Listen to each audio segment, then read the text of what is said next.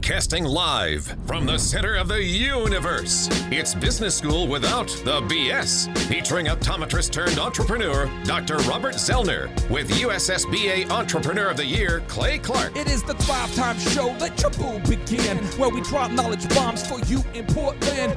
Teaching and proven systems to make your ends so you can produce the greenery like all the Oregon. Sue will call you Franklin cause you got Benjamins. We'll call you Ben Pearl cause you just bought a Benz. And then you'll be bragging to your wife and kids that your wallet's overweight but it used to be thin. Comes away, this is Clay broadcaster with the Zen, with the focus locked in like San Quentin. Can I get a B to the O to the M? You've heard the rumors, he is I and I is him. He be the Z and I be the C. Now it's teaching business skills from Clay to Z. We both grew up poor, but we're poor no more. The goal of this show is to help you soar.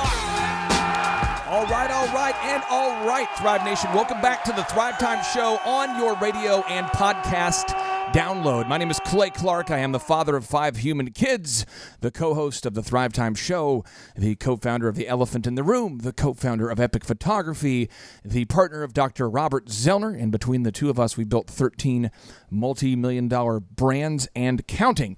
And the entire focus of this show is to help you get to where you want to go financially, and to get to where you want to go in the areas of your faith and your family and your finances and your fitness and your friendship and your fun. We want to help you achieve success and to truly be able to achieve both that time freedom and financial freedom that everybody is seeking. And so what we like to do is we like to occasionally reach out to what I would call the GOATs, the greatest of all time, or people who are achieving at a very high level. And we like to break down their actual routines, their actual habits, the actual books they read, the mindsets they have that have allowed them to achieve success. So for our next guest, I mean, you guys are in for a treat here. This kid, his father drank and smoked quite a bit when he was a kid, all right?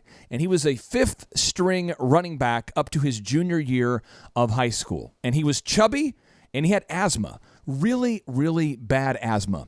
But yet this guy went on to convince his father, he actually convinced his father to stop smoking and drinking, and he used that as motivation to get him to the next level, ultimately earning a roster spot in the NFL, the National Football League, playing for the New York Football Giants, where he played for 7 seasons. After retiring from the National Football League, he went on to win Dancing with the Stars, having never previously been taught formal dancing. And now he has a book out. Who is this man? Oh, that's a great question. Well, today's guest is none other than RASHAD Jennings. So now, without any further ado, my exclusive interview with RASHAD Jennings. RASHAD Jennings, how are you, my friend? Man, I am absolutely amazing. Appreciate you having me on. Well, thank you for being on here. We have an audience of a lot of entrepreneurs, a lot of self-help seeking people. So I want to start with the tough question first, and then it'll get easier, I promise, okay? So here we go.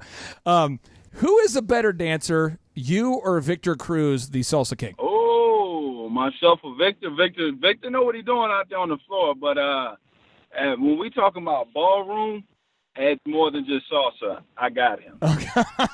All right. Now, my understanding is you grew up chubby, overweight, and struggling with asthma, yet you defied the odds and made it to the NFL, and then en route to actually doing so, you convinced your own dad to stop drinking and smoking. Can you share with us how you did this?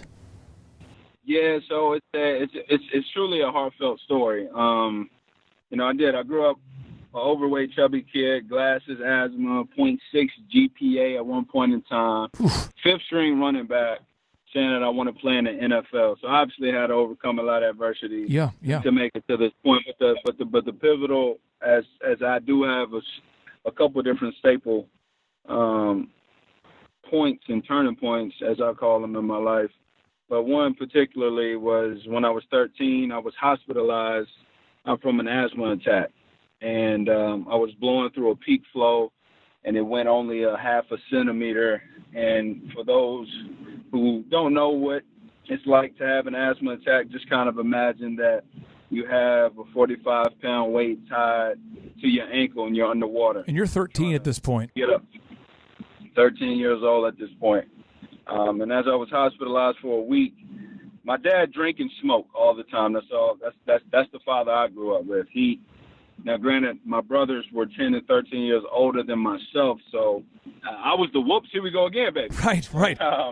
So I grew up with a different father in the house. He retired from the military, and he just drank and smoked. That's it. And so the doctor said to my father that he had to stop smoking in the house because it triggers my asthma. We got out of the hospital. We got rid of my dog. My mom would start calling different restaurants before I would go there to eat to check the ventilation. So you got rid of the family dog. Were you close to this family dog? Oh, of course. I'm a big dog fan. And so you got rid of the family dog. Your mom's calling restaurants before you get there to make sure there's a non-smoking section or to make sure that it's okay for you. And so you're making all these preparations, but what's going on with your dad? How's he reacting to all this? As I get out of the hospital, my dad began to smoke outside.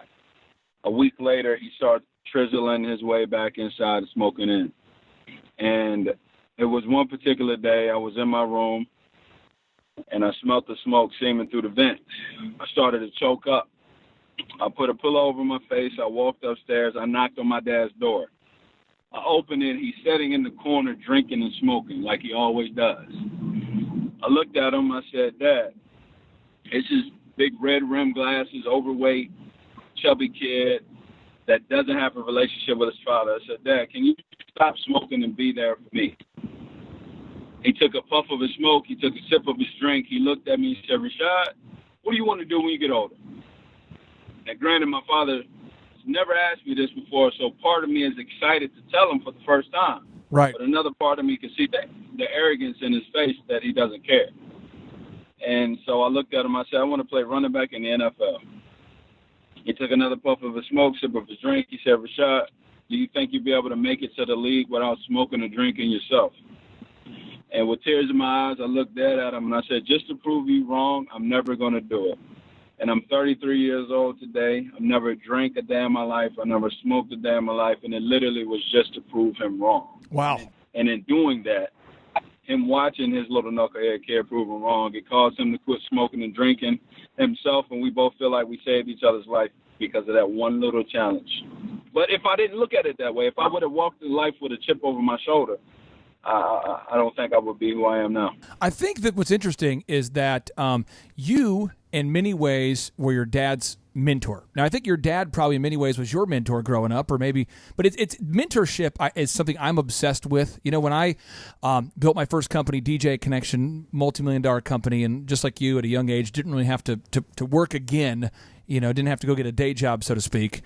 But it's like at a certain point you say, am I going to be bitter about I grew up, I stuttered as a kid. We grew up without a lot of money. We struggled. And so it's like, do you want to get bitter or do you want to help people get better? And that's what's intrigued me. And that's why I wanted to have you on our show, is because you are a guy who it seems to be obsessed with mentoring and teaching other people how to get where you are, to become successful, and to really get off of life's sidelines. Like your book title here, it says The If in Life, How to Get Off Life's Sidelines and Become Your Best Self. What inspired you to write this book? Why not just go, on the beach, sip some mojitos, say, hey, I've been disciplined, I've never had a drink, I've done well, now it's time to have a beverage. I mean, what keeps you working out every single day, staying in great shape, and making you want to write a book like this to help people when you could live the easy life? Yeah, well, I'm a person, I titled the book The If in Life because it's a play on words. When you spell out the word life, if is in the middle. And I went through 15 chapters extracting this one little itty-bitty word in life that pops out everywhere. For me, I wanted to write a book because a lot of different reasons. At that 0.6 GPA, wanted to prove that you can graduate, that you can go to college. Yeah, 0.6 is pretty low. I mean, that's pretty low. It is pretty low. I can't deny that. But I know that it'll be a motivation to a lot of different kids, and I know it'll be a good tool for a lot of different parents for their kids, because my story is true. It's real. And when I look back, and sometimes when I'm telling it, depending on the atmosphere, I get choked up because this story is real, and I forget that I lived it sometimes. And so keeping me in that humility. And remembering that little kid that I was in the corner somewhere, lost and crying, thinking nobody cared, or he had no opportunities to succeed in life. I get to go give back to that kid. I want to ask you this because I grew up and I stuttered as a kid, and you grew up chubby. So I couldn't speak without, in 6th grade, 7th grade, when you can't talk, you can't articulate yourself, you can't stop stuttering, people bully you. They make fun of you, and it's like, to me, that motivated me to do what I do, and then I became an entertainer, and then now we have a podcast in the top 10 of iTunes. And you are a guy who was chubby and you had asthma. It just seems insane that both of us are doing what we do today. And you just said that. You said, I feel like it's like, I forget that I lived that. But in your book, you share those stories. And I just want to ask you, if you had to, the listeners out there who maybe are going, I'm thinking about getting this book. What's in these 15 chapters? What kind of stories do you share? Could you kind of give us a little teaser about what's in that book? It's a lot in the book. It truly is. And, just kind of the story I gave, a snippet of the relationship with me and my dad, and a major turning point in my life that created the trajectory of where I am now. That's in it. I talk about how I was a 5th string overweight kid on the sidelines, literally 5th string at my junior year. 5th string. Yes. There's no more strings. There's no more strings, people. If you don't know football, that's the final string. The 5th is the final string. Yeah, so much to the point, even on my team, we only had 4 running backs. They just gave me a 5th just to shut me up. And you're a junior? You're a junior in high school? Yes. 5th string. Yes. Unbelievable. 5th string running back. And it's the last game of the season. We're playing against our high school rival. We're the Jefferson Forest Cavaliers. We're playing against the Brookville Bees. We don't have a chance to go to the playoffs. We're done. We're done. Regardless. Whatever happens out on the field, we're done. And the Brookville Bees, if they beat us, they go to the playoffs. So it was kind of like our Super Bowl to knock them out. Right. Come out, get the ball. First play of the game, our starting running back gets hurt. Now I'm on the sideline. When I tell you I didn't play, I sincerely mean that. Never played. I used to put M&Ms and Sprites where my thigh pads are supposed to be at because I was set on the sideline. Right. I never played. And 2nd string, I used to sit beside me and my buddy. His name was Speedy, and he did not earn his name. He was just called Speedy. Got it. But me and him would be on the sideline, and the 2nd string went out. He was like, Rashad, you think you're going to play? And I'm just sitting there eating my peanuts. Like, nah, they ain't going to play me. 2nd string gets hurt. 3rd string goes in. He gets hurt. 4th string goes in.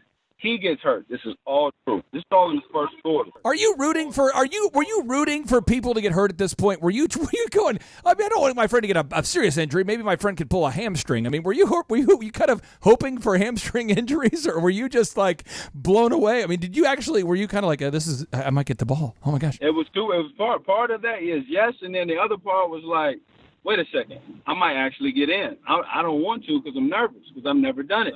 Right. And so I got all this anxiety going on. The 4th string gets hurt. They tape up the ankle of the 1st string to put him back in, right?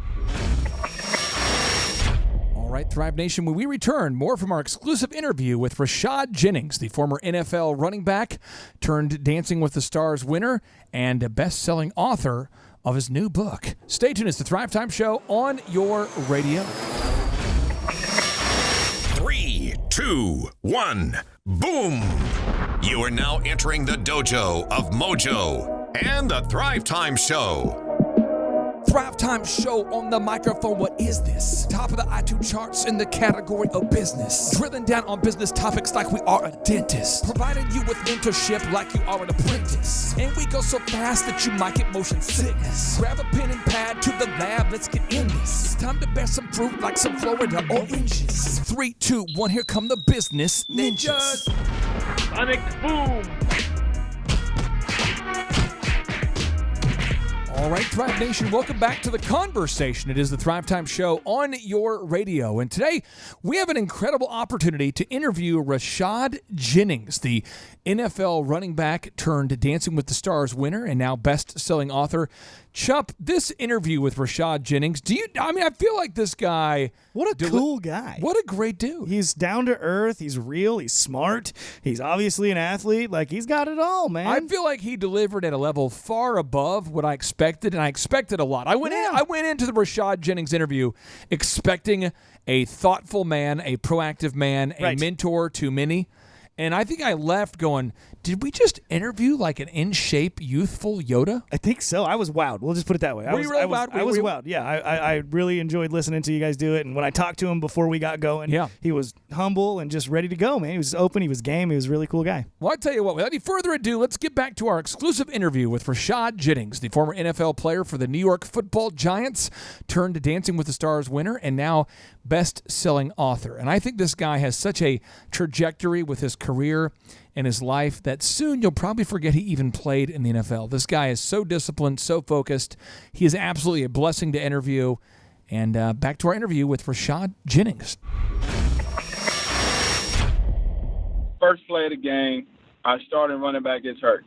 Now I'm on the sideline. When I tell you I didn't play, I sincerely mean that. Never played. I used to put M&Ms and Sprites where my thigh pads are supposed to be at, because I would sit on the sideline and never play.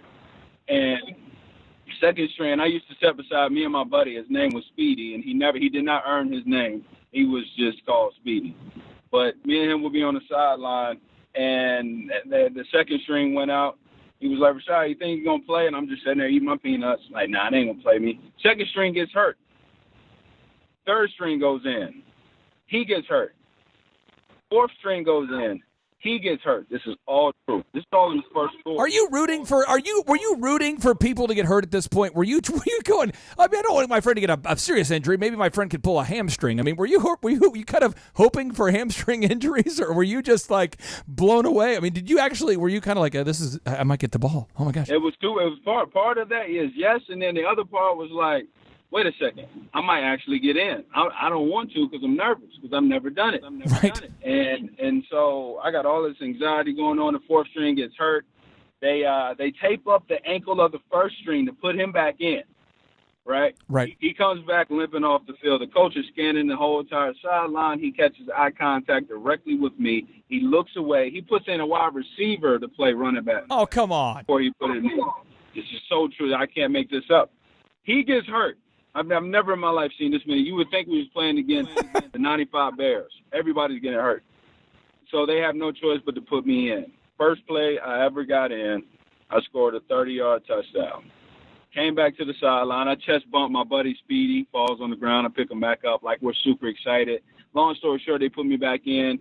I scored another touchdown. On defense, a similar situation happened in the second half. Players was getting hurt. They put me in on defense. First play, I sacked, scooped, scored, and then to finish the game, I had a pick six to seal the game. And there was a Tennessee scout after the game. He came up to me. He said, Rashad, I came to watch the starting running back, but I couldn't help but to notice you. How were your grades?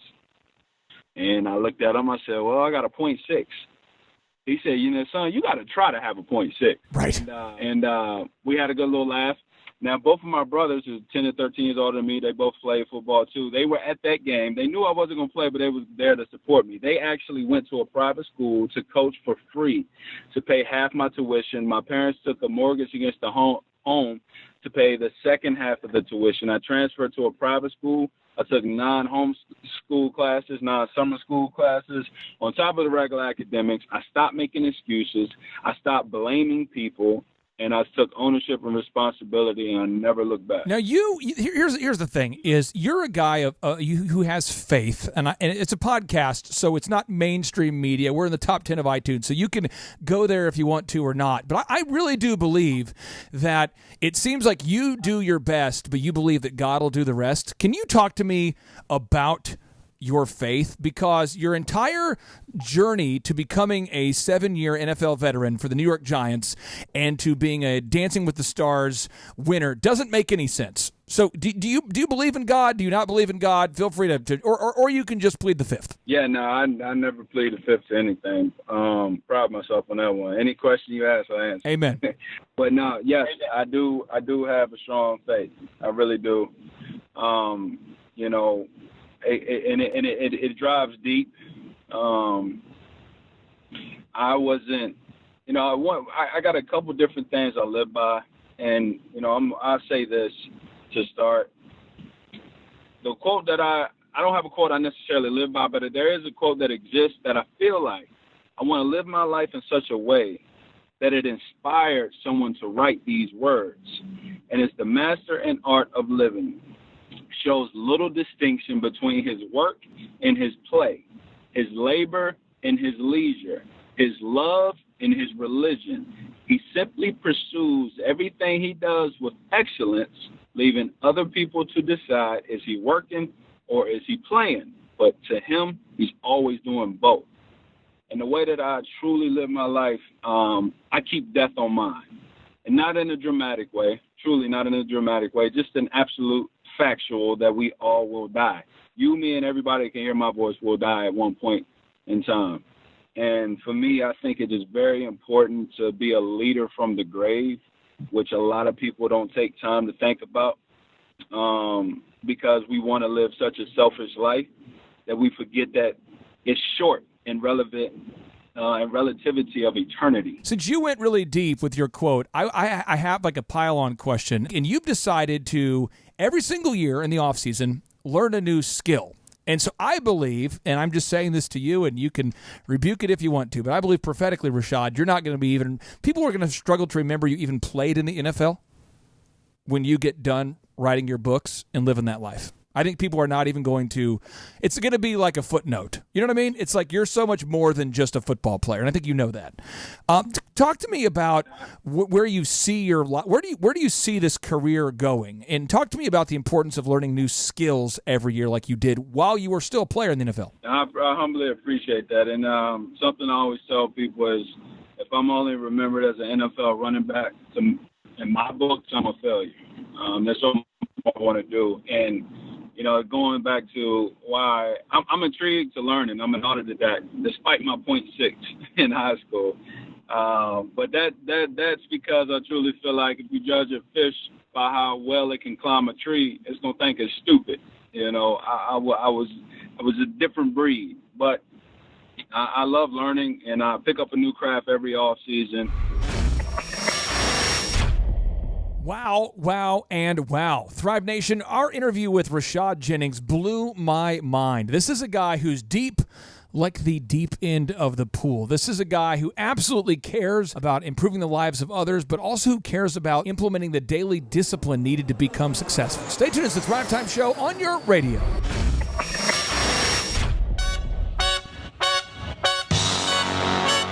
Attend the world's best business workshop led by America's #1 business coach for free by subscribing on iTunes and leaving us an objective review. Claim your tickets by emailing us proof that you did it and your contact information to info@thrivetimeshow.com.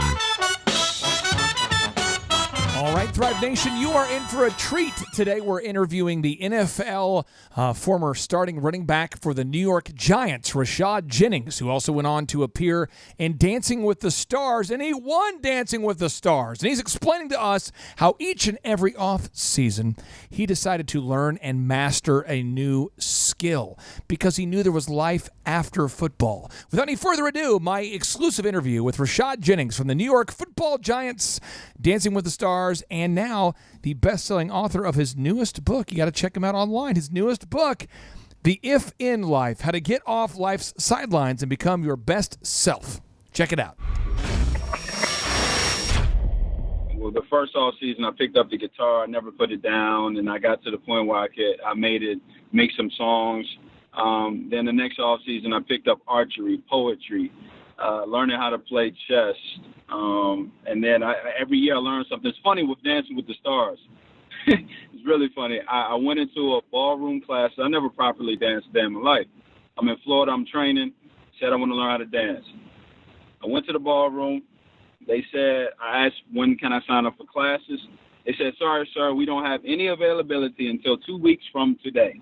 No problem. I'll be back in 2 weeks. Well, a week from that day, Dancing with the Stars called. So it was serendipitous. I just got a chance to learn in front of the world instead of behind the scenes. And for me, there's something like I want to be the older granddad one day that everybody loves being around because he's full of so much. And, life is fun. It's meant to be fun. And, people sometimes take themselves too seriously and don't treat themselves too kind to the point where they lose sight of the gift of breath. And, I love learning, so that's always going to be in my arsenal. I mean, I'm getting to, since I retired, I've written a book. I'm already working on my second one. I can't wait to announce it. I can't do it yet.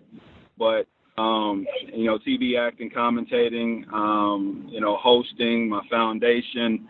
I asked my mom, when I was younger, I always told my mom I want to be able to work a job one day. Well, I'm getting paid just to help people, and I haven't lost that idea yet. One thing I want to put in your mind, have you ever thought about other, what business ventures have you thought about outside of speaking and writing? What business ventures have you marinated about doing? Yeah, as far as whole totality, not much other than I did start school with a double major in sociology and psychology because I want to be a marriage counselor in the latter years of my life. Now, between the now and the latter years, there's thousands of things that I want to do. But truly, a marriage counselor, and the reason why is because I'm philanthropically driven. I love community, and I feel like if you truly want to heal a community, you heal marriages. You find broken marriages equal broken community. I agree with that. That's what it is. I want to ask you this, Rashad. My wife and I, we've been married 17 years. We have 5 kids. I'm 37, so I got kind of started early. But after we got married, you know what I mean? You're an intentional guy. You're a delayed gratification guy. I didn't have any kids before we were married, and I think that what's allowed me to have a lot of success is this whole delayed gratification concept. And you're a guy who seems to have willpower, like an endless well of willpower. Where do you get this willpower from? I mean, it seems like you're not playing professional sports, yet you're working out as though you do play professional sports. You're not, no one's holding you accountable for reading a certain number of books. So I want to get it. Where does that willpower come from? You know what? I don't know. I'm thankful for it because I hear it a lot, and I don't know any difference because I'm just being myself. But I don't ever want to let anybody else define me. If you do, they will. I'm not an excuse maker. That's one of my pet peeves is watching people make excuses. I never made any a day in my life. I give anything that's successful is because of the people around me, and any failure is because it's my fault. And so I guess because, I'm like that with everybody around me, I have to be that way to myself. But, I'm thankful. I have a competitive spirit in any and everything I do. I love people. I want to see everybody succeed more than myself. And ultimately, I do feel like people are copycats in this world.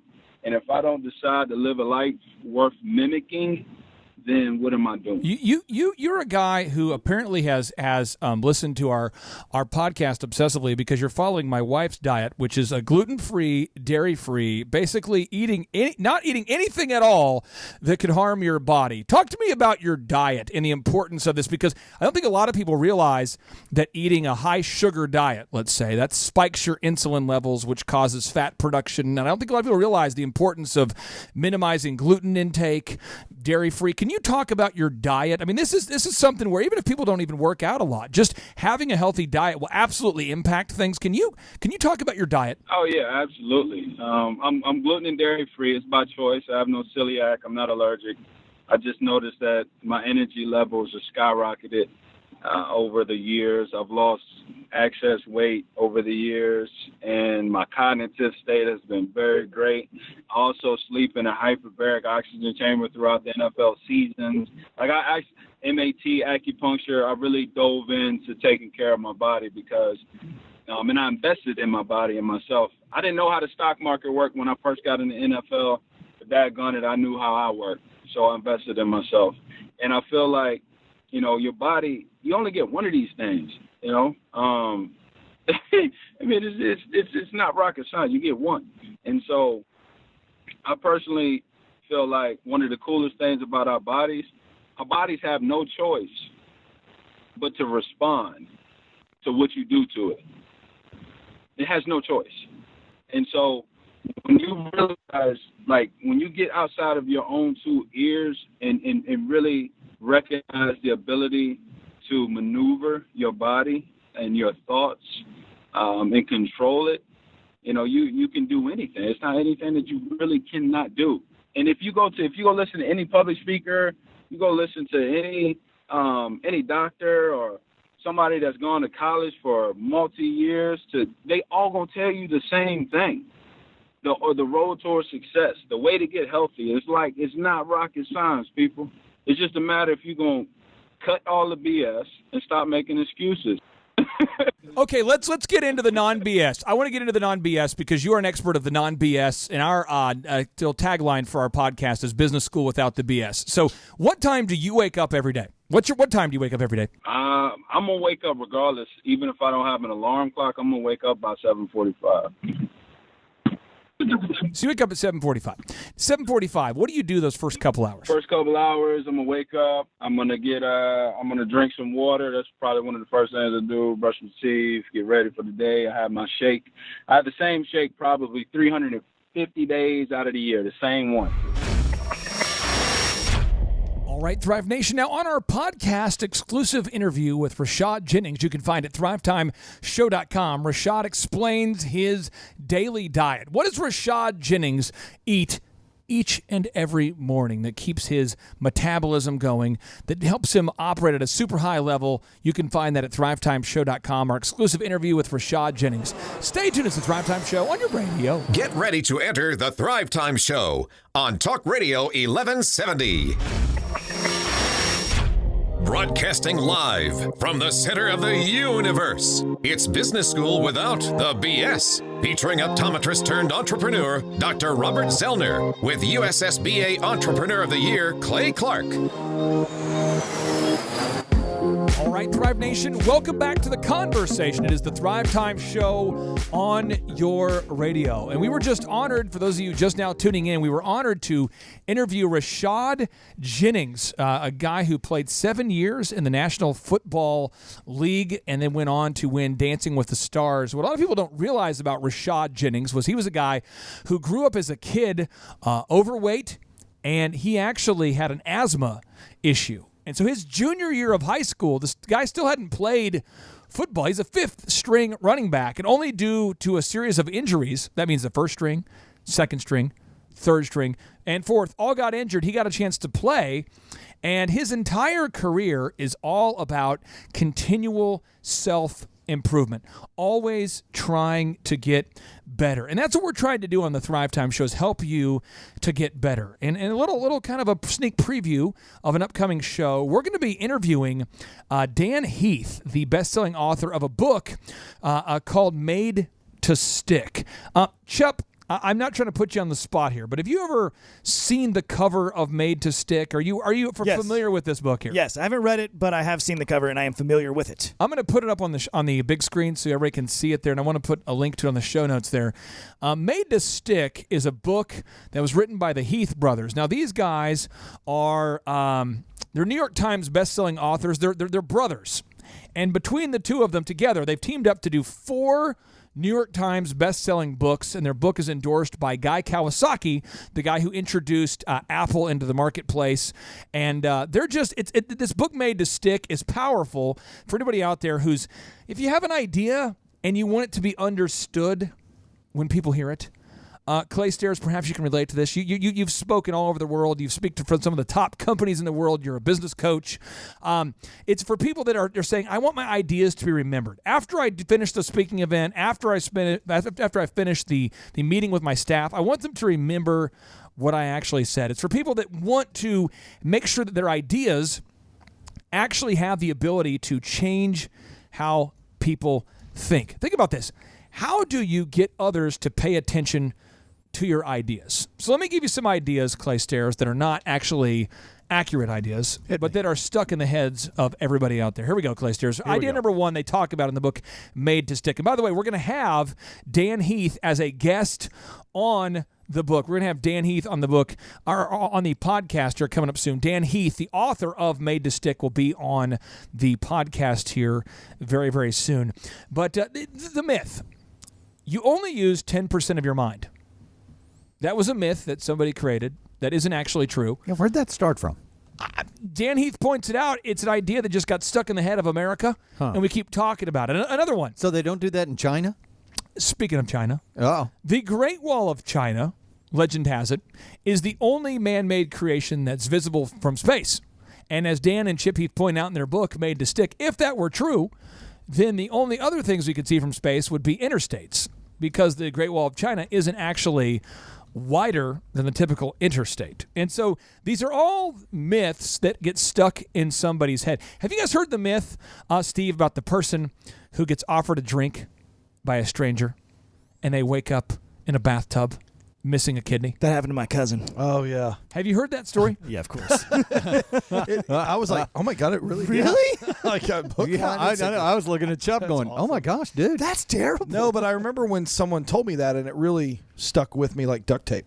So this is the question is, why do certain ideas stick in your head, and why do certain ideas not stick in your head? And we're going to be interviewing them on an upcoming podcast where they can break down the specific details of this. But they came up with a method that's outlined in their book, Made to Stick, called the Success Method. Chubb, that's SUCCES. And Clay, I'm going to start with you on this first one. All right. They point out that all ideas that get stuck in your head, if you're a leader, if you're a pastor, if you're a manager, if you lead any group of people at all, you need to know these moves. He said the reason why move number 1 that creates these ideas that stick is they have to be simple. You have to have a simple idea that gets stuck in the minds of people, because when you give people a talk with 47 points, no one remembers those points. And so with your talks, you do a talk where you talk about hiring people and the importance of implementing a system that you've helped to hone and craft over the years for hiring and finding good people. And that system, if I'm correct, involves the letters CLAY. Bingo. Talk to me about your CLAY talk for hiring people and why it always gets stuck in people's head. Yeah, well, it's the mnemonic that helps me remember what the heck I'm going to be talking about. But when it comes to hiring people, the CLAY, first of all, you have to constantly be doing it. Number 2, you got to look at a lot. You have to have alignment. And then this, I had to come up with the Y here. So I came up with an Irish brogue word, yayo, all right, which means river. And it's creating that river of life. But Clay, what this does, not only does it help them remember the 4 points of everything that I've talked about, it also helps them remember my name. Yes. And who I am. This right here, this is deep, because I've worked with you as from a coach-client relationship for a long, long time. And I'd say now more as like a partner is how I'd review our relationship. Yep.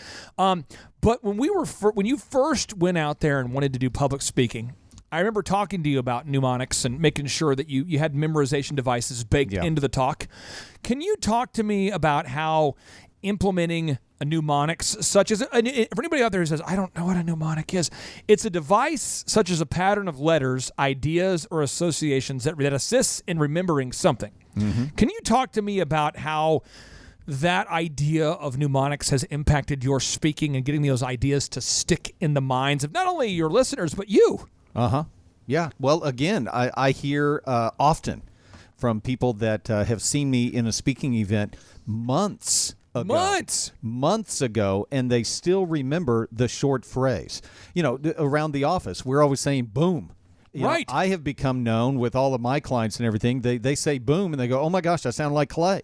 Clay, the other day I did a boom move. I'm very intentional about saying boom, and the reason why I say boom is that Jonathan Barnett and I, with OxyFresh years ago, there'd be like an action item that needed to be done. And when he would do it, occasionally he would say, awesome. Thanks, man. Great.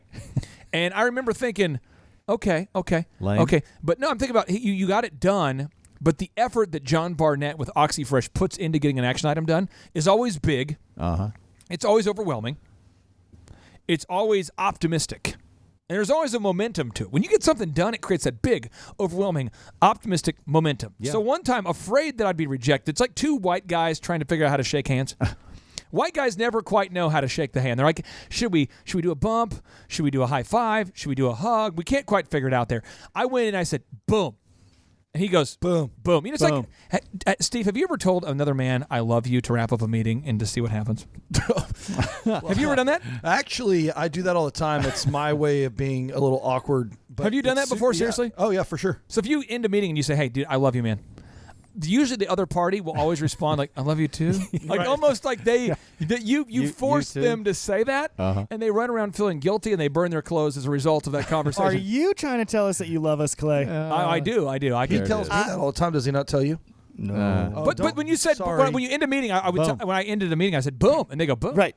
All of a sudden, they're like, I forced them to say boom almost. Yeah. And it's a contagious thing, but it gets stuck in the minds of people. Big, overwhelming, optimistic momentum. Now, and I've even got the video that from one of my speaking events where I think I said boom like 25 times. I remember that. Remember that? And we actually cut it up so it's just me. It's on my website. It's just me saying boom in a single speaking event boom, like boom, 15, boom, 20 boom, times. Boom. It's just boom. Boom, now, bam, the boom. next way to get an idea stuck in the head of your ideal and likely buyers is the unexpected. So S stands for simple.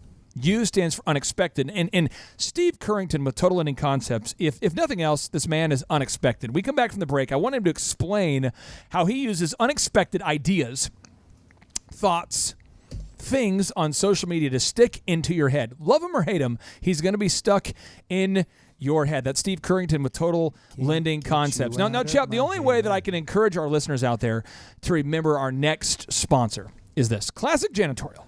You think about janitorial services, and you think to yourself, I've never thought about this. If you think about Classic Janitorial, if you think about janitorial services, you probably think to yourself, I've never thought about janitorial services, and I probably never want to think about it again. But then when you think about the visual, that each Monday morning, I have to convince Eric Chupp to not use the urinals as a drinking fountain. They're so not clean. A fountain, Chupp. And we have a big line of people in their office wanting to drink from we have a water purifier. That's what I'm saying. We get done with our coaches' meetings. I'm thirsty, Steve. What do you expect me to wait like an animal? Get away from it. Get away from it, Chupp. So I have to pull you away from the Porcelain Palace. I have to pull you away from our urinals because you have been confused. You've been deceived. You think they are drinking fountains, when in fact they are urinals. And I'll tell you why. Because we have used the Classic Janitorial Services. These are the guys who do the cleaning services for DuPont, for Google, for Newstar, for Dr. Z. It's theclassicclean.com. That's theclassicclean.com.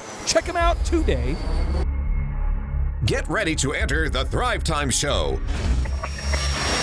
It's a Thrivetime Show on the radio. Yes, it is. Oh, yeah. It's all about you. All about you. All about you. All about you. All about you. Yeah. So we bring the boom.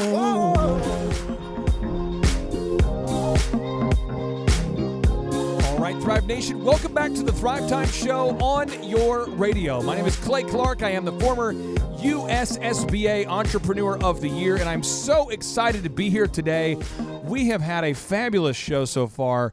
It's not often that you get a chance to interview a guy who's the winner of Dancing with the Stars, a guy who played 7 seasons in the NFL, a guy who, when you end the interview, you ask the guy, what are some books you'd recommend? I said, what are 2 books you'd recommend for all the listeners? And he says, Proverbs. And I thought to myself, okay, that's impressive because he realizes that the Bible is broken into books. So he's not just a person who says, there's a lot of rappers who end their album with like, I want to do one track to honor God, I want to honor God. Right. And then it's like, you've never actually read the Bible. Right. Your whole album was about lust and drugs, and then you end it with the God song. This is a guy who seriously believes in God and puts God first. Then I said, what's another book? And he says, James. Yeah, loved it. Yet another book in the Bible. It's awesome to have a high character guy on the show. And coming up in a few other podcasts, probably a week from now or 2 weeks from now, we're going to be interviewing Dan Heath. And so I want to warm up all the listeners to Dan Heath and who Dan Heath is. A friend of mine who is a pastor of a mega church. He actually is done very, very, very well in business and outside of business. And I asked him, I said, hey, what is a book that you would recommend for me as a speaker and for any of my clients? And I love asking people what book do you recommend, because books really do impact people. And this was in 2008, I asked this question. And he said, the book Made to Stick is what I require my staff to read. And I said, you require the staff to read? He said, yeah. I mean, it's a New York Times best-selling book. It's written by these Stanford professors who are brothers. And they've written these books together, and I'm just telling you, you're going to love this book. And I thought, well, what's it about? He says, you know how like certain ideas stick in people's heads and certain ideas are forgettable? They teach you the mechanisms for getting ideas stuck in the minds of other people. So step number 1 they break down is you have to be simple with your ideas if you want them to get stuck into the minds of other people. The second is unexpected. So, Steve, I want you to talk about this. Steve Currington with Total Ending Concepts. There's very few people that I have met who have gotten to a level, have risen to a level where you now have got to a place where everybody now expects the unexpected when they're around you. So let me just give my Steve Currington experience. And Steve, do I have the permission to offend you in front of in front of all the listeners? It's my favorite thing. Yeah, no, I mean, it's just us. It's just us, 100,000 people downloading, and the people in the Tulsa area, the Portland, Oregon area, and that's it. South Korea, we have a lot of downloads in South Korea, and that's it. We'll keep it a secret. Whoa. The first time I met you, I had been told that Steve is a guy who scammed people to thinking that his truck was stolen on Facebook. Right. And he's been in the news for having claimed that his truck was stolen. So correct. I always will take the high road with those kind of things because I believe that 90% of what you see in the news is absolute BS. BS as in Bachelor of Science. Yes. And so I went and looked into it, and it looked like you were just having some fun with some people on Facebook. And they sort of, all of a sudden, the media got into your social media and made it a news story. Right. Let's start with that. Talk to me. What were you trying to do with your friends on Facebook?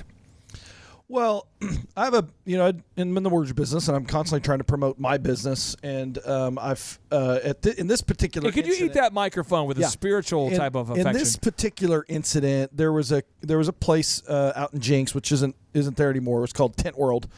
And the guy that I knew there that Tent World. Yeah. Tent World. Get your tents now. Was really cool. And I have a following that I have through Facebook, the people that watch my stuff. Yes, I follow you all the time. I don't care where you go, I just follow you. And because I like to be unexpected, I was like looking for something crazy to do. So I did this stunt where I like faked my truck getting stolen in front of Tent World, and it was really funny until it went viral, and then the news started calling me and saying, did your truck get stolen? So I said, no, in full disclosure, my truck did not get stolen, to which they're like, oh, okay, thanks. So I essentially... Who ran the story? Was it Channel 6, Channel 2? So I got Channel 6 to run this story because I said, well, why don't you do like a feel-good story about how businesses Channel 6 Tulsa, if you're Googling this. Yeah. You're using Facebook to promote their business because that's what we were doing. We were trying to get some attention to Tent World because they're trying to build their business. Tent World. Get your tents for a fraction of retail cost at Tent World. And it's no longer there. And so, they did like a 15-minute interview with me and the Tent World We're doing a tent sale at Tent World. And then here's what they do. 15 minutes before it airs, I get a text. Hey, just wanted you to know that my boss wanted me to interview the police, so that'll be on there too. Oh. Real quick, I want to. Who said that to you? This is the reporter. Okay, so this is how they usually will communicate that. Yeah, I've dealt with the media a lot. They'll say, "Hey, just want to let you know." Yeah. No big deal here, but my boss also wanted to interview you and for the media as well. Yeah, so they're like, "Hey, nothing big," but I'm like at dinner, and at the time I served on the board for Make-A-Wish, Oklahoma. But by the way, this is what they're thinking. Oh my gosh, this is going to be a crazy story. This thing's going to be viral because the media's looking for news stories. Right. So this is what they did. They headlined it. At your expense. Tulsa businessman uses crime to promote business. Oh, my right. Lord. And it dropped it like the Shep, you got to put that on the show. 5 o'clock news. I'll look it up. They dropped it on the 6 o'clock news. They hit it on everything. So I'm kind of like, whatever. Then we go out to a dinner, and you said some things during our dinner that I was like, he's being real with me right now, but yet at the same time, Vanessa and I look at each other like, did he just say that? But you're uncomfortably honest. Yeah. So then, in our office, you said, hey, I'd like to kind of move into the Thrive offices. I like the mojo, the atmosphere. I'd like to be kind of a part of the culture, Clay, that you've built over the years, you and Z have built. I'd like to be a part of that. So you ride a Segway to and from the different offices within our building. You're riding a Segway. Well, it's a big, giant, what is it, 20,000 You're like square the feet mortgage mall cement. cop of the office. You are. Yeah. And so you're riding that. It's a Swagway. It's more like a scooter, a floater, whatever they call it. Then my kids are talking to you about certain things, and you offer to buy my kids what kind of shoes? Well, we had to get gold shoes that light up. And I call it the Gold Shoes for Kids program that we started with the Clark kids, because I had gold shoes that light up, and they wanted gold shoes that light up. So you bought my kids them on Amazon. You bought my 5 kids all pairs of gold shoes. Oh yeah, yeah. Then you have purchased a neon green Lamborghini. Yes. Which you have been known to peak out at high velocity. The most recent of which, what was the fastest time that the highest miles per hour you went? Rate of speed. The rate of speed you went while traveling with your, first off, who were you traveling with? What was this group of people vagabonding across the country? It was a car rally that about 75 or 80 exotics that traveled from Colorado to Utah to Vegas to California. And I can't confirm or deny any speed that I hit, but I did get a video of someone driving a Lamborghini that hit like 203 miles per hour. And so that was you were cool. in a Lamborghini going 203 Well, I don't miles. know who was in the Lamborghini. I'm not going to, I mean, is this what am I getting interrogated here? Are you the police? Confirm nor deny. Yeah, I'm like, hey, somebody sent me a video of someone going 203. It looked like my hands, but my face isn't there. I don't know. Yeah. But 203 was the speed I allegedly went. Then for my son, I believe, is my son for his birthday, you've gone over the top. You've actually auto-shipped me pinion wood for my birthday. And I would say Steve Currington is probably the best I've ever seen at doing this. So every time I get a shipment of pinion wood, I'm not kidding. Every time I get a shipment of pinion wood, I feel bad, and I feel like I need to immediately refer you a mortgage. So far in our office, I think I've referred you to Michaela. Yep. I think I referred you to John. Twice. He's a double offender. I feel like there's other Love people that, I've by the way. referred you to. I don't know who else has turned into a deal Andrew? for you. Andrew. Yeah, and so it's like every time you send a bag of pinion wood to me, it creates a referral for you. Yeah, and it's cool because it's just auto ship. I've got a good Steve Currington story that I actually use with all my clients. Steve, you have no idea what I'm about to say. Oh, wow. No, here these we go. unexpected things. Awesome. You are a master of the handwritten note. You carry around notes and you write them out immediately. And Steve, you wrote my wife a love note. He did do that. That was something else. From you, maybe. He told me a story about how years ago you bought a car from a car salesman and then gave him a handwritten thank you note. And he was like, okay. And a couple years later, he calls you. Hey, man, I don't know if you remember me, but you bought a car from me and gave me a handwritten note. I need a mortgage. Yeah. It's like, crazy. That's amazing. Yeah. Well, I learned that from Dr. Green. Clay and I were talking before the show about everyone needs a coach. Can you explain real quick who Dr. Green is and why you chose to have him to be your coach? Because I have a ton of respect for this guy.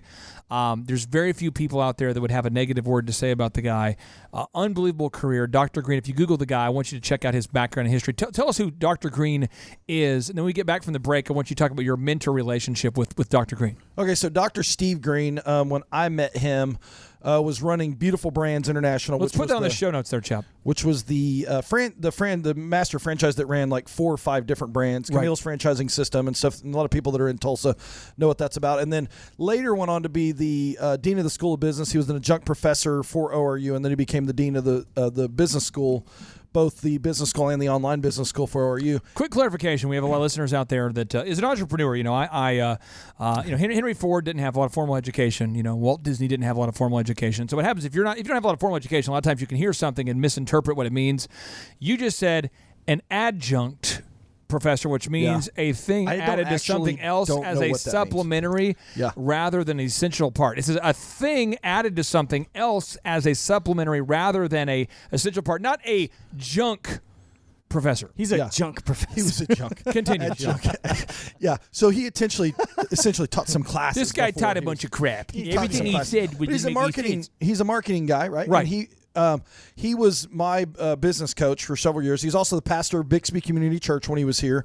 He now is they call him executive editor of Charisma magazine, which is based out of the Orlando area. So it's a Christian magazine.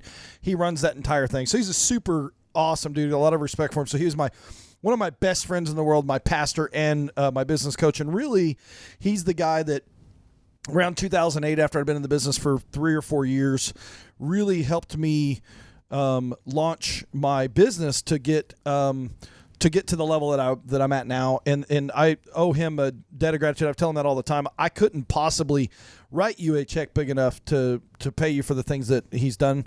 So love Dr. Green, and he's awesome. But one of the things he did teach me is that you have to write thank you cards. And so I have sent, I think I added it up one time, probably 25,000 nice to meet you thank you cards. Do you auto ship thank you cards to Dr. Green? No, I used to use a service that I don't necessarily endorse. I'm giving you one action item. I think you should do that. Oh, put auto ship thank you cards to Dr. Green. Yeah. Well, that's what I should do that. But I used to use send out cards, and you could like automate it.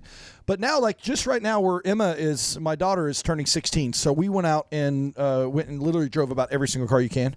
And so I just did that. It's funny you say that, Chup, because I just sent out a whole bunch of cards to a bunch of car sales guys. Nice. It's like my way of saying, you didn't even send me a card, and you want to sell me a car, so I'm going to send you a card. It's like my way of like blowing their mind.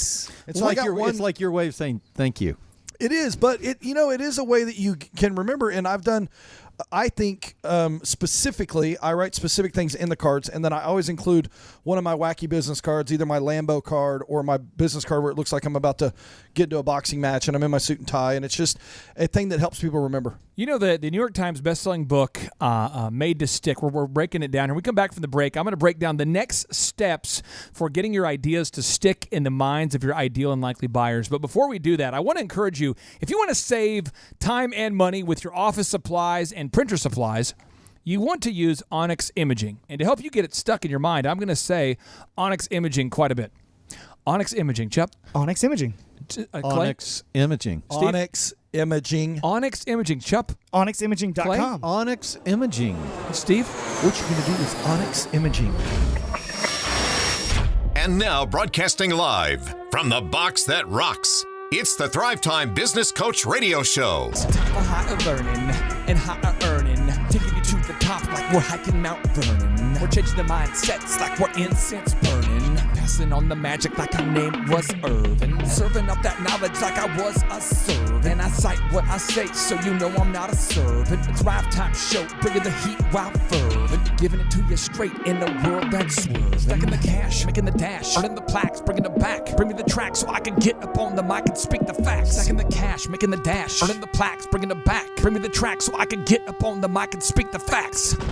Oh, Steve Currington, welcome back to the Thrivetime show. I'm like smacking my headset on the mic because I'm like dancing to your song. Yeah. You liking that flow? Like, you liking that flow? Clay, you probably wrote that in one night, getting 7 hours, didn't sleep at all, and just... That is correct. Okay, I'm working on the new intro for the show, though, with Colton Dixon. Now, just for everybody who doesn't know this, Colton Dixon is a top 40 Christian contemporary artist who's had many songs that are at the top #1 of the Christian contemporary charts. And I'm working with him. He's a client of mine. He's a great guy. And he and I have been working together to make a new intro for the shows. And I'm super excited because we've got it now down to 82.9 beats per minute. That's right where you want to be. The title is Started from the Bottom. Now we're here. It's going to be great. And it's really... we listened to one of his covers today in the coaches meeting. Yes. And it was awesome. His a cappella version he sent me is incredible. So I'm excited to get that produced over the weekend. And if you're out there listening, hopefully you it's Chup, it's designed to get stuck in your head. It does get stuck in your head. So I'm excited to get it all released. Does it really get stuck in your head? Yeah. It's like Merton for certain. I'm sitting back here like singing like I'm Merton. Now, but I'm not speaking Merton. of things that get stuck in your head, we're talking today about the book Made to Stick by the Heath brothers, which is a book written by 2 Stanford professors. They've written 4 New York Times bestselling books, and they're teaching us all how to get others to pay attention to your ideas. Now, the next tip they give us is your idea must be credible. Yeah. Now, this is something that I worked with you, Clay Stairs, on when, it's interesting because you started off as a client, and you're still a client today, but it's more of a partnership relationship. I really think that we work together more of kind of a ongoing win-win relationship. But in the book Made to Stick, they really push leaders to make sure that their ideas are perceived to be as credible by encouraging people to actually test their ideas against themselves. So as an example, when I work with clients that I coach who are speakers, I always encourage them to make sure that every time they have a point, they support it with a fact, a quote, a story, and an action item. Again, a proven fact, a proven quote that you can cite, a story, and an action item. Now, you ran Shepherd's Fold. Can you explain to the listeners out there who are not familiar with Shepherd's Fold and what Shepherd's Fold Ranch and the camp was all about? Sure. Yeah, Shepherd's Fold Ranch is just north of Tulsa. It is a Christian summer camp and retreat center, primarily focused on creating a place in the country where you can do business with God. But before you decided to become a speaker and before you worked at Shepherd's Fold Ranch, you did what?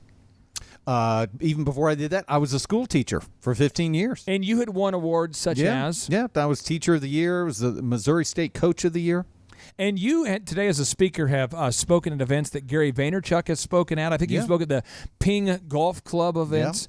Yeah. You're one of the top-rated speakers on the planet. I mean, there's all sorts of stuff you can prove. Yeah. And it ain't bragging if you're pointing to the scoreboard. Thank you. True. That's good. But you and I had to work through that because you came from a nonprofit and Christian background where it's sort of like you're humble, and you don't want to sit there and name drop, but at the same time, nobody believes what you're saying unless you provide, when you're speaking, every single thing you say, unless you support it with a stat, a quote, a story, and an action item. Talk to me about how that's helped your speaking career, supporting the principles you're teaching with facts, stories, action items, quotes. Yeah, well, up until I had started learning things like that from you, Clay, I was, again, in the world as a school teacher. All I had to do was point at a textbook, and say some big word, and the students would go, oh, he's the teacher, he knows. Like adjunct? Yeah, thank you, like adjunct. Very good. And then when I came into the ministry world, all I had to do was have a really deep idea. And quote a scripture, and everybody goes, amen, amen. And it was much more emotional. The way that I would speak and the points that I would make were much more emotional points than they were, like you're saying, when I stepped into the business world. They weren't looking for that emotional feel good. They were looking for something that was real, something that was practical, something that was actionable. And so I have now been able to help other coaches do the same thing, and other speakers do the same thing that you have taught me. Every single point needs to be supported. It is really, really tough for me to explain, but as a business coach, I want to get Eric's take on this because I have been viewed as a authority or a platform or a source of credibility for a long, long time. So it's harder for me to do. A lot of times when I work with my clients, they just accept what I say as truth because of my resume. But Chuck, when you came, true. Well, but I'm saying, Chup, you came into it as a guy who had a lot of success. You'd managed your parents' concrete business that they started, but you're coming in, if you Googled your name at that point, there wasn't a whole lot to find. You find a couple high school soccer photos floating around. But I mean, you didn't come from a place where your resume itself provided the credibility, right? But yet you are a credible person. Can you talk to me about the importance of using what I call the quad, the stats, the quotes, the stories, the action items to prove the points you're teaching when you're working with your clients? Yeah, it's a really simple concept. And the fact of the matter is, if you don't have the resume like you were talking about, Clay, and you rely on stats and quotes and stories and things like that, if the person you're speaking to or the group you're speaking to wants to argue with those, they're arguing with the higher authority. They're not arguing with you. Bingo. And like you say it all the time, Clay, well, you can argue with gravity all you want, Steve, but go out and jump off the roof and tell me how that argument goes. I'll show you. I'll do it. Yeah, well, in an area, there's 4 or 5 areas that most clients, not our clients, not the clients that we work with, not our clients, it's other people's clients. Theoretically. But people that we've worked with over the years, not we, I mean, I get this confused. We haven't worked with them, but other people have worked with them. Americans in the business community. In that book. A lot of times people, whoever they are, not any of our listeners, they'll have pushback about certain areas of our business coaching program. And I'm going to start with you, Clay Stairs, on this. When you teach somebody how to get to the top of Google, what percentage of the time do people that you're not working with, but the friends of the people you're working with, do they push back about how Google works? 100%. No, that's not how Google works, Clay. Yeah, 100% of the time. Steve Currington, Total Lending Concepts, Every mortgage day. guru, client, friend. Talk to me. What percentage of the time have you seen people push back on how Google works? 2 weeks ago, within our own company, I literally had to But if you Google Tulsa cookies, you're going to find Barbie cookies, client. If you Google Tulsa iPhone repair, you find a client, phone doctors. If you Google Dallas real estate photography, you find a client, full package media. If you Google Tulsa new homes or new home construction, you find a client, Shaw Homes. If you Google Tulsa mortgages, you find SteveCurrington.com. Tulsa client. leadership expert. You find Clay Stairs. Clay Client. If you Stairs. Google Tulsa men's haircuts, you find it. So I'm giving you all sorts of facts. Because when you Google Tulsa men's haircuts, I can't fake it. Elephant in the room comes up top in the Google search engine results. And that's why you want to prove things. And one thing I can't fake is a guy who has thousands of clients. If you're out there and you're looking for an accountant, are accountants perfect? No. But if you're looking for an accountant that has been used by thousands of people, check out hoodcpas.com. That's hoodcpas.com.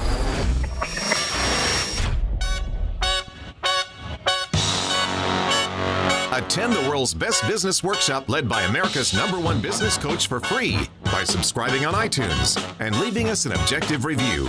Claim your tickets by emailing us proof that you did it and your contact information to info@thrivetimeshow.com.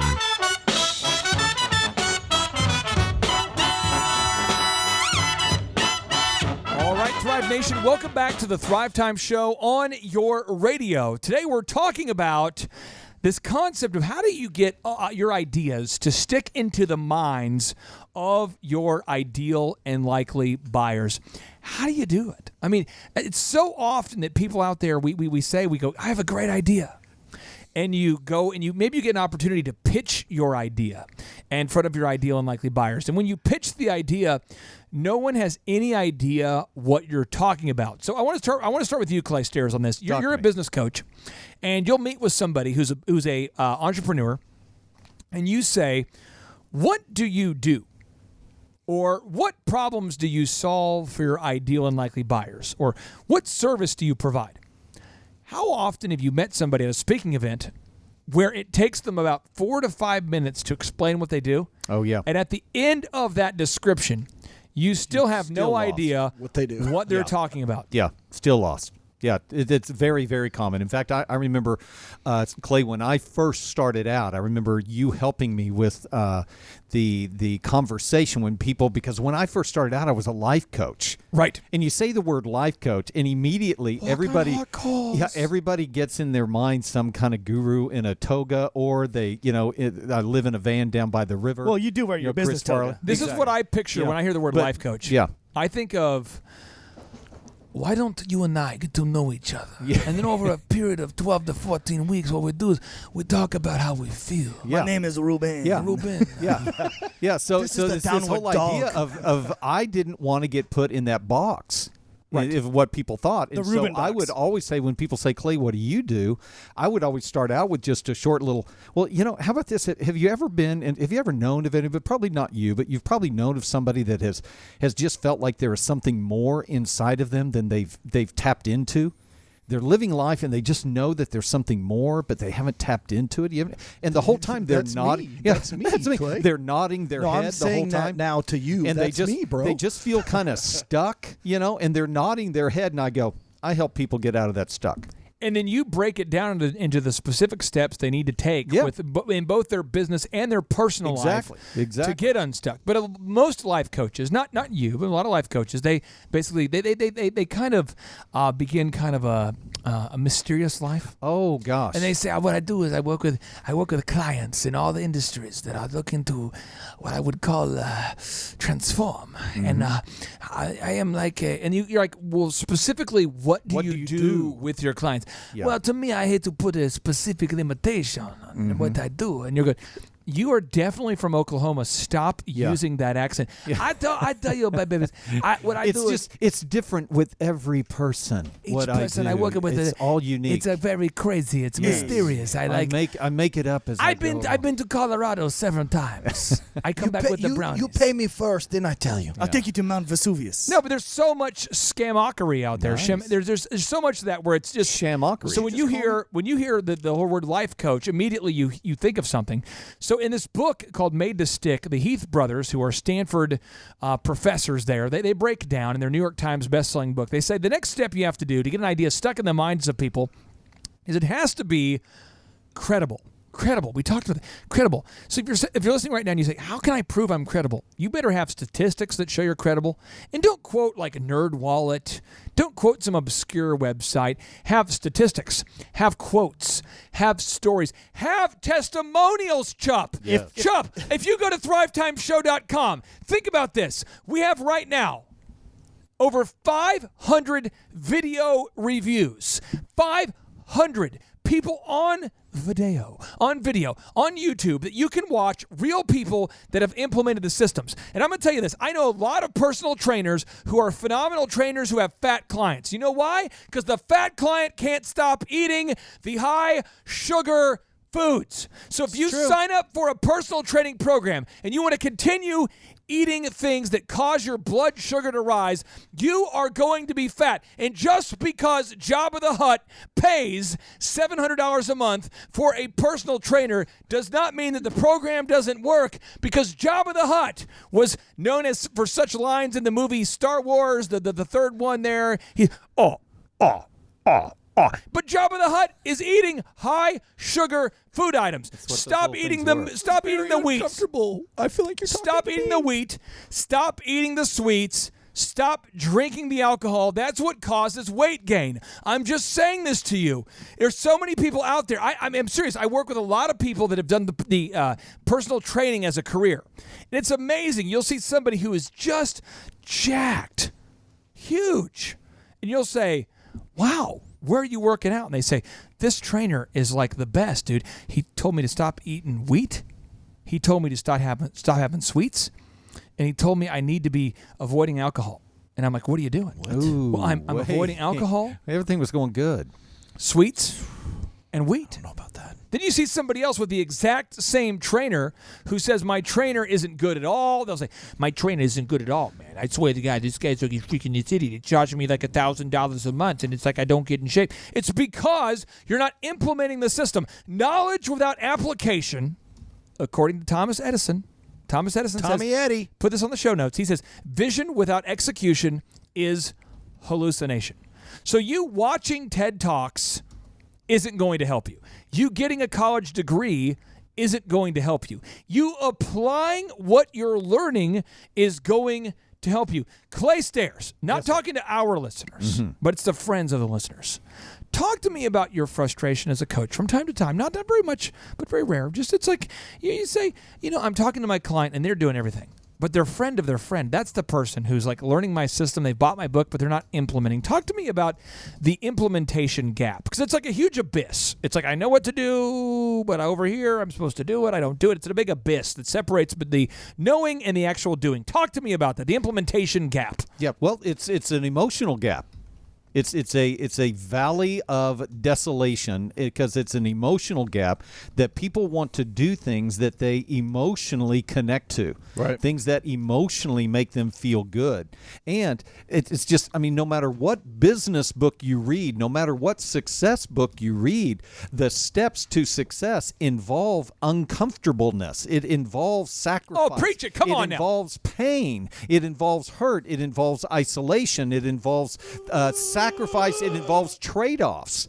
And I want to hire a coach that will tell me what to do, what I want to do. We were in a meeting, and I told you, I said, Clay Stairs, when you go out there and speak, you need to gather video reviews and testimonials from your clients. When you go speak, it's not good enough just to do a good job. Yep. You've got to get video reviews and testimonials. How hard was that? Talk to me about the trade-offs and the uncomfortability you went through to get that done. When you are talking to somebody and you have a camera in your hands and you're pointing the camera at a person saying, tell me how good I was. How uncomfortable is that? Right. You know, I remember I would go and you say, don't come back without 4 or 5 I told you to make videos. 100 cold calls a day. Talk to me about the uncomfortable. Uncomfortable because, Clay, if I call them, they might say no. And if they say no, They will say no. I mean, Talking about waking up before 6 a.m., how comfortable was that? why am I now a 3 o'clock in the morning wake up guy? How did this happen to me? You know, it's like, well, there's trade-offs. If I want to work 3 days a week, then I have to have a big 3 days. I've got to get up early and get it done. When we come back, we're going to talk about how to get your ideas stuck into the minds of other people. Stay tuned. It's the Thrivetime Show on your radio. No negative emotion, cause that's what business is. Always dominate, cause I got 5 kids. I will not lose, I don't break but bruise. They can talk about me, I can take that abuse. But here is the truth, while they make that excuse. I'll be up grinding, cause the scoreboard's the truth. He is my mentor, like my Yoda dude. He showed me the force like I was a young Luke.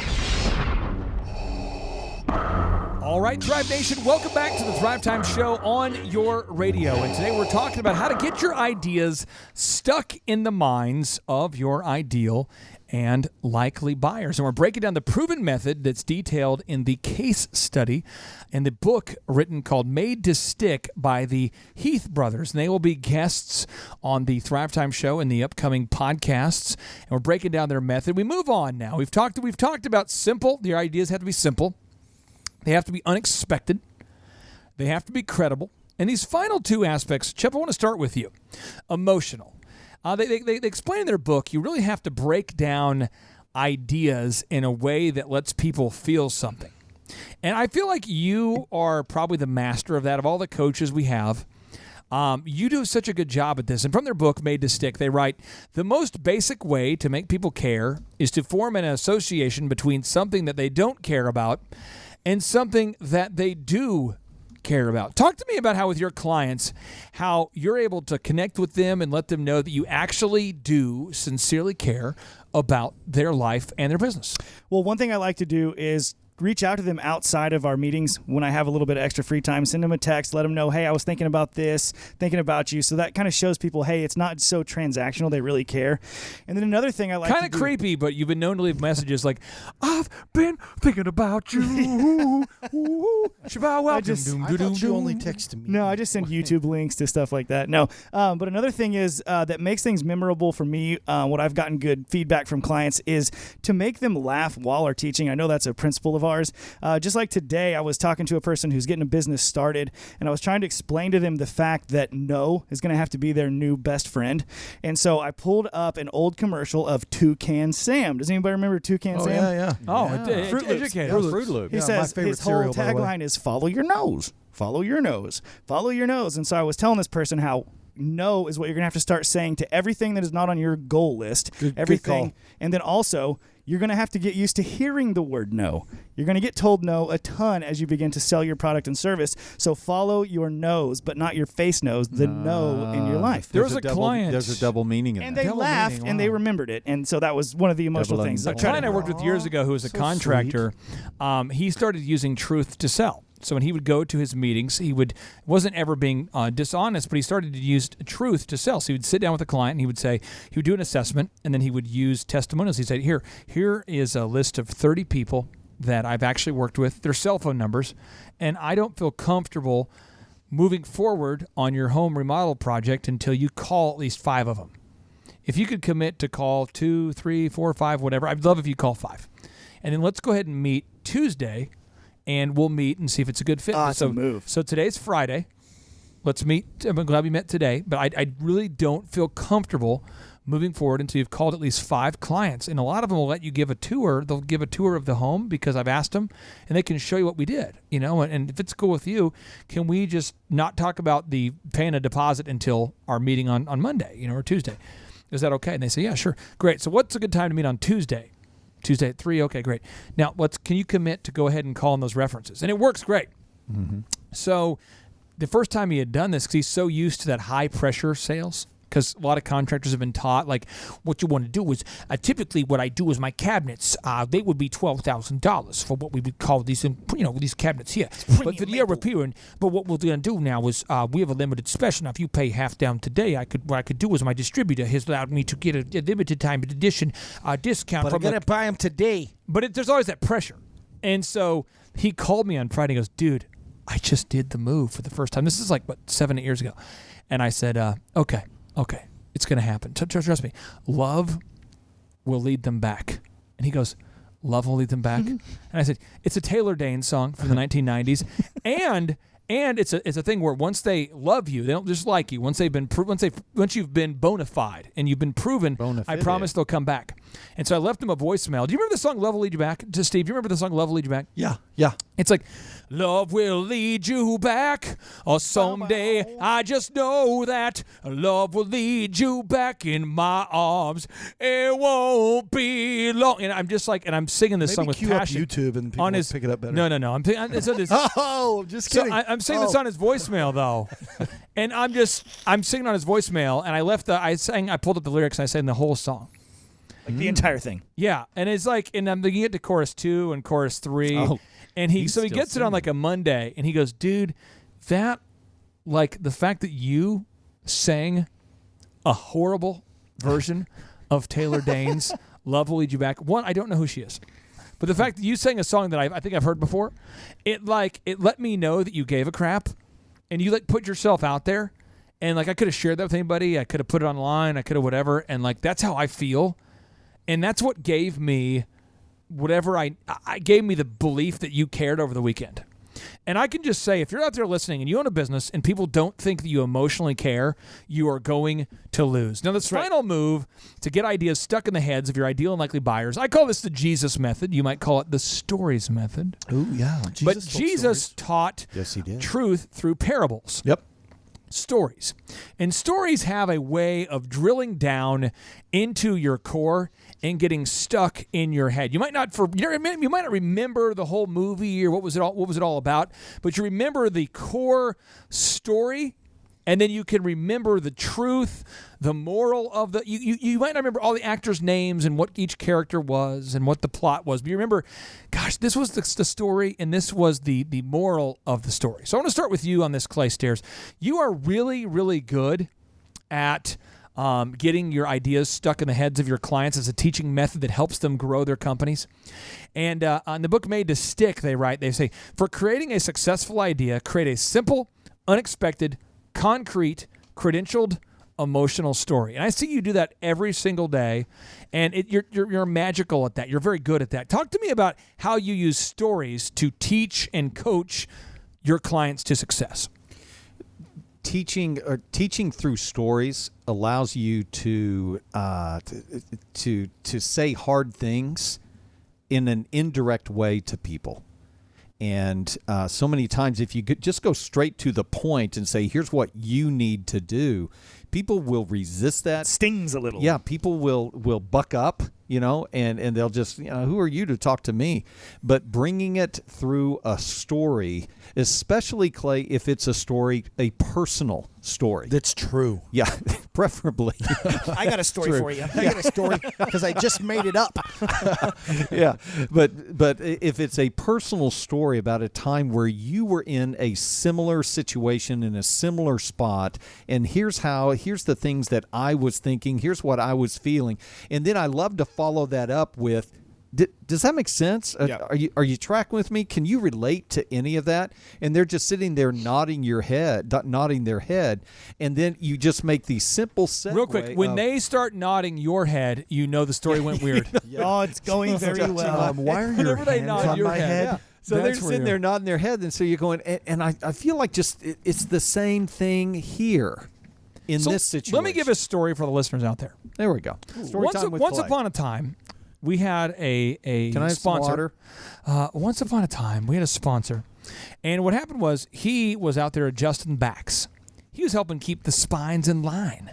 He was a guy who was on time all the time. He is a chiropractor. People came to him for needs. They wanted to help their body become more healthy, to become more aligned. And then one day he got a call. Boop, boop, boop, boop, boop. Hey, is this Dr. Sibley? Yeah, this is Dr. Sibley. Hey, Dr. Sibley, why are you sounding just like Clay Clark, kind of his story voice? I don't know who Clay Clark is because this is the past. Well, hey, my name is Wayne Gretzky. What? Your name is what? Oh. My name's Wayne Gretzky. Why do you sound like Adam Sandler? I don't know what you're talking about, but I'm the great one. I've been playing in NHL for many years. I'm the great one. I'm Wayne Gretzky. I'm the best hockey player of all time, and I would like for you to adjust my back because you are my chiropractor of choice, and I would like in the future for you to become the chiropractor of choice for many people. And you say, really? Sounds great. Sounds great. And so what happens is, all of a sudden, everybody in Tulsa, everybody listening to the podcast, realized and memorized, and you can't forget that Dr. Sibley, I call him Sibbles. Sibbles. It's a lot of, But, Sibbles. yeah. You remember Sybil Shepherd? Sybil Shepherd. Oh, wasn't there a movie called Sybil? TV show. Yeah, it was her. Sybil Shepherd. She was like an actress back in the day. Yeah. She was kind of about the same age and overall look as Grace Under Fire? as Sharon Stone. Or Grace. Yeah, very similar, except not hot. Okay, so Whoa. but all Just I'm saying kidding. Is, I'm hey, just I'm kidding. saying, Stings a little. all I'm saying is Dr. Sibbles, Sorry. Dr. going to Sibbles, sting. Sibley. This guy has been the chiropractor of choice for for Wayne Gretzky, the non-doctor Wayne Gretzky, and you'll have that stuck in your mind forever. This is the guy who worked with the NHL Hall of Famer Wayne Gretzky. Dr. Stick Sibley is in the office. I've So seen check him out at drjohnsibley.com, drjohnsibley.com, and then after you go to that website, go to thrivetimeshow.com. Go to thrivetimeshow.com where we have the podcasts, thousands of videos, one-on-one business coaching, and you got to book your tickets for the June 20. What date, Chup? 22nd, 23rd, Friday, June and Saturday. 22nd and June 23rd workshop. Book it now at thrivetimeshow.com. 3, 2, 1, boom!